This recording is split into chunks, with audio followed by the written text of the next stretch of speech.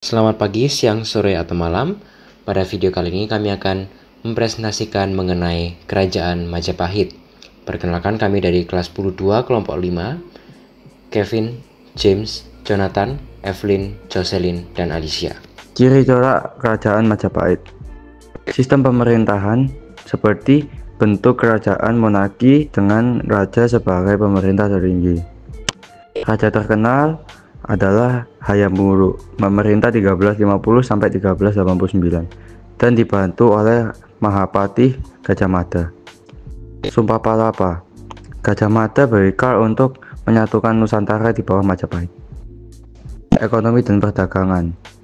Pelabuhan seperti di Surabaya, Gresik, dan Tuban menjadi pusat perdagangan antar bangsa. Komoditi utama yaitu rempah ratus, emas, beras, dan hasil hutan. Hubungan dagang seperti dengan Cina, India, dan Timur Tengah. Struktur pemerintahan Majapahit adalah raja sebagai pusat kekuasaan dan dianggap sebagai titisan dewa. Majapahit Gajah Mada sebagai penasihat utama yang menjalankan pentakbiran. Wilayah dipemerintah oleh bupati yang ditunjuk kepada raja. Kebudayaan dan agama Majapahit dipengaruhi oleh agama Hindu-Buddha. Karya sastra dikenal sebagai Nagara Kereta Agama oleh MPU Prapanca. Seni bina candi seperti Candi Panataran. Awal berdirinya Kerajaan Majapahit.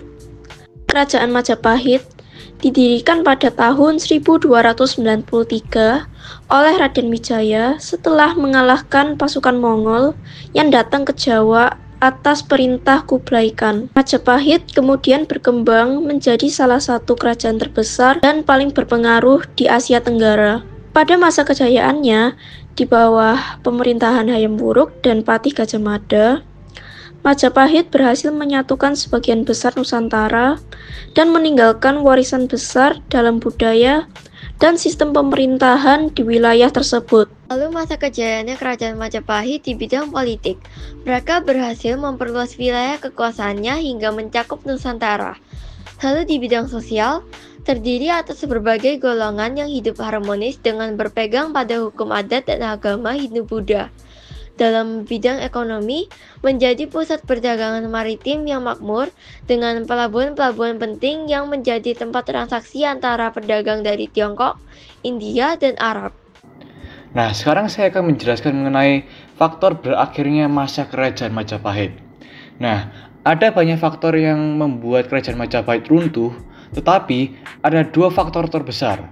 Yang pertama adalah perang saudara yang bernama Perang Paragrat. Nah, perang saudara ini tercetus oleh pergantiannya raja dan membuat Kerajaan Majapahit Timur dan Barat itu bersatu. Tetapi justru karena Timur dan Barat bersatu, pada akhirnya juga mereka justru merosot dan akhirnya mereka semakin melemah dan akhirnya Majapahit pun runtuh. Lalu yang kedua adalah karena adanya Kesultanan Demak. Kesultanan Demak adalah kerajaan bercorak Islam yang pertama. Jadi, mereka itu bertujuan untuk melemahkan pertahanan Majapahit. Jadi, Kesultanan menyerang kerajaan Majapahit dan akhirnya Demak pun menang dan berhasil untuk meruntuhkan si Majapahit ini. Akhirnya, di bawah pemerintahan Sultan Trenggana, kerajaan Majapahit pun runtuh. Kerajaan Majapahit meninggalkan beberapa peninggalan yang dapat ditemukan hingga saat ini.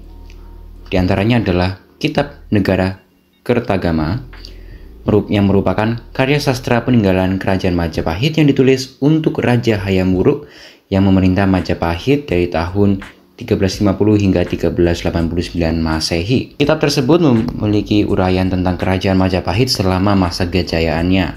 Selain itu, Pancasila juga disebutkan pada bait suci ke-53 di dalam kitab tersebut. Dan kitab ini pertama kali ditemukan kembali di tahun 1894 oleh seorang ilmuwan Belanda. Selain itu, juga ada Candi Surawana.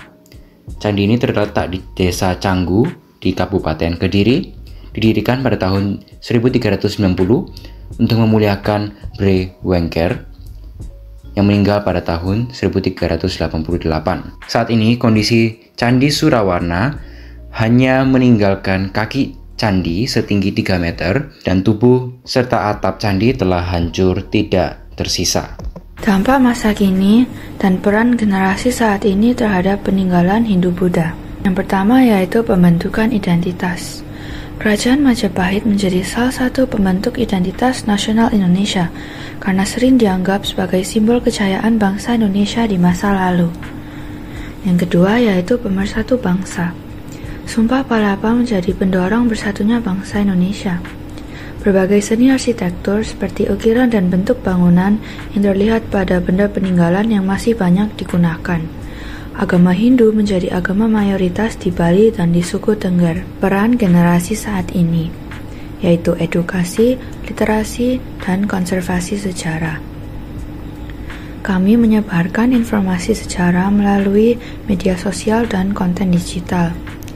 Generasi saat ini juga mengusahakan pendidikan sejarah yang lebih menarik dan interaktif agar dapat meningkatkan kepedulian. Kami juga menggunakan teknologi, misalnya pemindaian 3D, untuk mendokumentasikan dan merestorasi situs bersejarah. Itulah presentasi kami. Terima kasih telah mendengarkan. Sampai jumpa.